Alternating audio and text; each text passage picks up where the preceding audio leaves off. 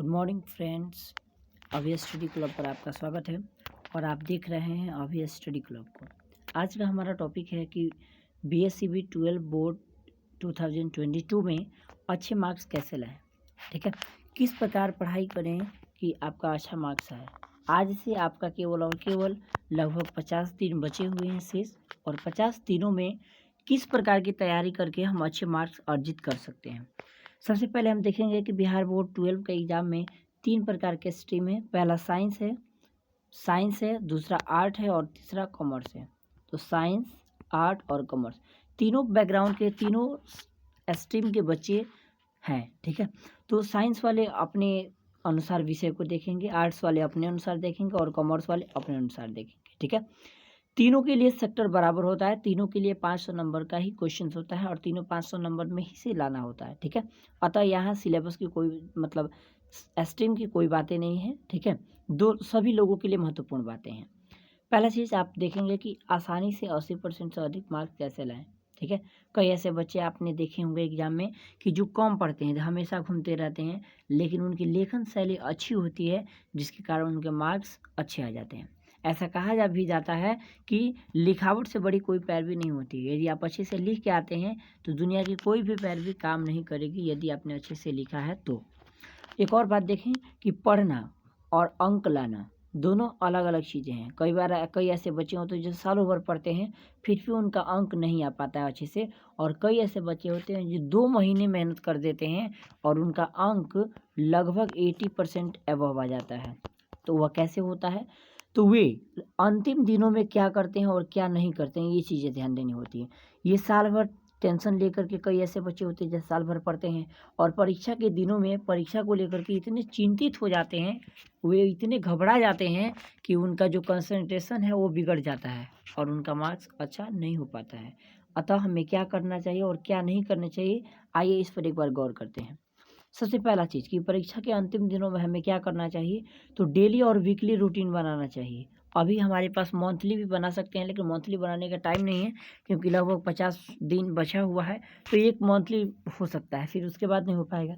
तो हम सबसे पहला काम करें कि एक डेली रूटीन बनाएं और डेली रूटीन के साथ साथ वीकली रूटीन बनाए जिसमें रिवीजन मेनली हो, कि अगर 6 दिन हमने जो पढ़ा है 7वें दिन उसका रिवीजन करेंगे और फुल्ली रिवीजन करेंगे। ठीक है, कि उसमें से अगर कोई प्रश्न आ जाए एग्जाम में तो हमारा छूटेगा नहीं। फिर दूसरा देखिए कि सोशल मीडिया से दूर रहें, और एक और बात ध्यान कि डेली वीकली रूटीन में सभी सब्जेक्ट शामिल होना चाहिए।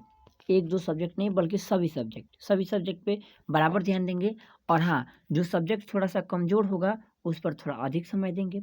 फिर सोशल मीडिया से दूर रहें। इन अंतिम दिनों में बच्चे अक्सर व्हाट्सअप, फेसबुक, यूट्यूब, ट्विटर, ठीक है, इंस्टाग्राम आदि चलाते हैं, जिसके कारण उनका कंसंट्रेशन भंग हो जाता है, उनका ध्यान बार बार पढ़ाई से अलग भटकता रहता है। ठीक है, अतः बच्चों से ये रिक्वेस्ट रहेगा कि वो लोग अपना मोबाइल कुछ दिनों के लिए परीक्षा के दिन तक, मतलब परीक्षा जब तक नहीं भी जाता है तब तक के लिए क्या कर दें, हटा दें, तो अच्छा रहेगा। फिर पढ़ाई के साथ साथ रिवीजन ज़रूर करें। सबसे महत्वपूर्ण काम होता है कि पढ़ाई करना तो बहुत ज़रूरी है, लेकिन उससे भी ज़्यादा ज़रूरी है रिवीजन करना।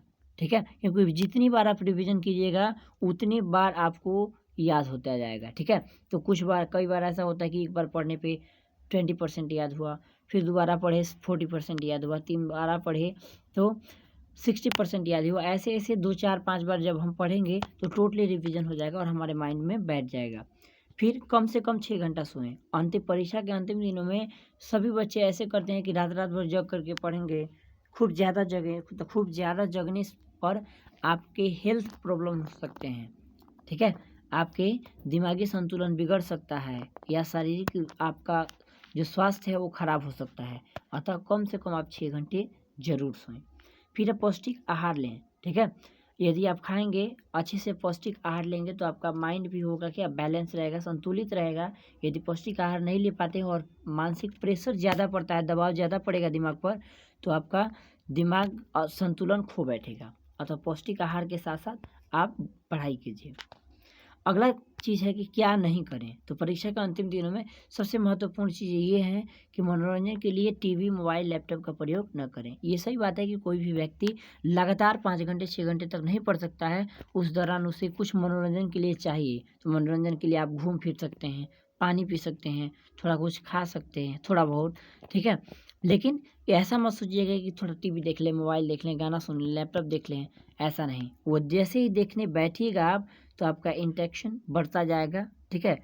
आपका अट्रैक्शन बढ़ता जाएगा उसके लिए, मोबाइल, टीवी, लैपटॉप के लिए, ठीक है। और उसमें अच्छी-अच्छी चीज़ें दिखाई देने लगेगी जो आप देखने के लिए जागरूक हो जाएँगे और लगातार उसी को देख रहे होंगे।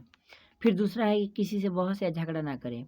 जब परीक्षा के अंतिम दिनों में किसी दोस्त से या किसी रिलेटिव से बहस हो जाती है किसी बात पे या झगड़ा हो जाता है, तो उसी बात को लेकर के कोई स्टूडेंट हमेशा चिंतित रहता है, जिसके कारण वो उसकी पढ़ाई में बाध्यता उत्पन्न होती है।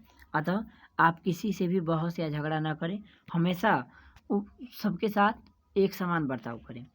फिर सभी पार्टी अटेंड न करें। आजकल अधिकतर बच्चे ऐसे देखे जा रहे हैं कि जो परीक्षा के अंतिम दिनों में भी पार्टियां अटेंड कर रहे हैं, शादी अटेंड कर रहे हैं, बर्थडे मना रहे हैं, इधर-उधर घूम रहे हैं अपनी पढ़ाई को छोड़ कर के। लेकिन आप ध्यान दीजिए कि आपका जो ये अंतिम दिन 50 अंतिम दिन है, यही आपके जीवन को अच्छे तरीके से निखार सकते हैं और यही आपके जीवन को नष्ट भी कर सकते हैं। अतः इन 50 दिनों में आप ऐसा कीजिए कि कहीं जाने के लिए तैयार ना होइए। अधिकतर लोग अगर गार्जियन या कोई रिलेटिव्स या कोई फ्रेंड्स फ़ोन वगैरह करते हैं, तो आप उनसे बोलिए कि अगर नेक्स्ट टाइम कोई आपके घर पार्टी होती है तो हम आ जाएंगे, लेकिन इस बार नहीं, क्योंकि इस बार मेरी एग्ज़ाम है, ठीक है। और एग्ज़ाम अगर अच्छे से होती है तो आप तो स्वयं पार्टी कीजिएगा। फिर क्या है कि अधिक स्रोतों को एकत्रित न करें। आप यदि एक बुक खरीदने जाते हैं और फिर आपका दोस्त दूसरा बुक खरीदता है, तो आप भी सोचते हैं कि मैं भी वही बुक खरीद लूँ। अतः एक दोस्त को देख करके आप भी इधर-उधर से ज़्यादा सोर्स एकत्रित करने की आवश्यकता नहीं है आपको, ठीक है। आप काम क्या करेंगे कि जो आपके पास सोर्स है, एनसीईआरटी है तो बहुत अच्छा है। अगर एनसीईआरटी पढ़े हैं, अगर उसका शॉर्ट नोट्स बनाया है तो शॉर्ट नोट्स को रिवीजन कीजिए। अगर नहीं बनाया है तो कोई एक बुक ले लीजिए या कोई क्वेश्चन बैंक ले लीजिए, क्वेश्चन बैंक से क्वेश्चन आपको मिल जाएगा। और फिर कोई एक गाइड ले लीजिए जिससे आप तैयारी कर सकते हो, ठीक है। और ज़्यादा सोर्स से नहीं, बार बार उसी को रिवीजन कीजिए, क्योंकि ऐसा कहा जाता है कि अगर 10 सोर्स को एक एक बार पढ़ेंगे, उससे बेहतर है कि एक सोर्स को हम 10 बार पढ़ेंगे, तो रिवीजन ज़्यादा हो जाएगा। फिर डेली रूटीन को कभी स्थगित ना करें। ऐसा कभी ना सोचें कि आज ये रूटीन फॉलो नहीं हुआ तो कल हम रूटीन फॉलो कर लेंगे, नहीं, ऐसा नहीं होगा। कई बार आलसीपन होता है और आप सोचने लगते हैं कि आज से नहीं कल से, आज से नहीं कल से। तो ये डेली आपका बढ़ता जाएगा और ये तब तक बढ़ता जाएगा जब तक आप परीक्षा न दे लेंगे।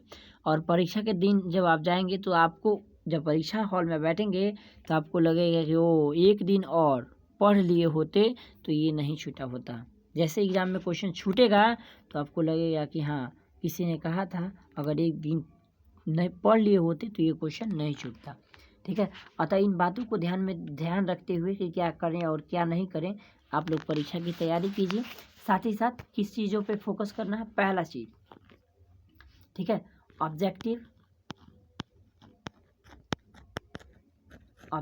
प्लस सब्जेक्टिव, दोनों पर विशेष ध्यान देना है, क्योंकि दोनों 50-50 मार्क्स का है। और ऑब्जेक्टिव इजीली आपका हो जाएगा क्योंकि 100 क्वेश्चन आएंगे, इसमें 50 करना होगा।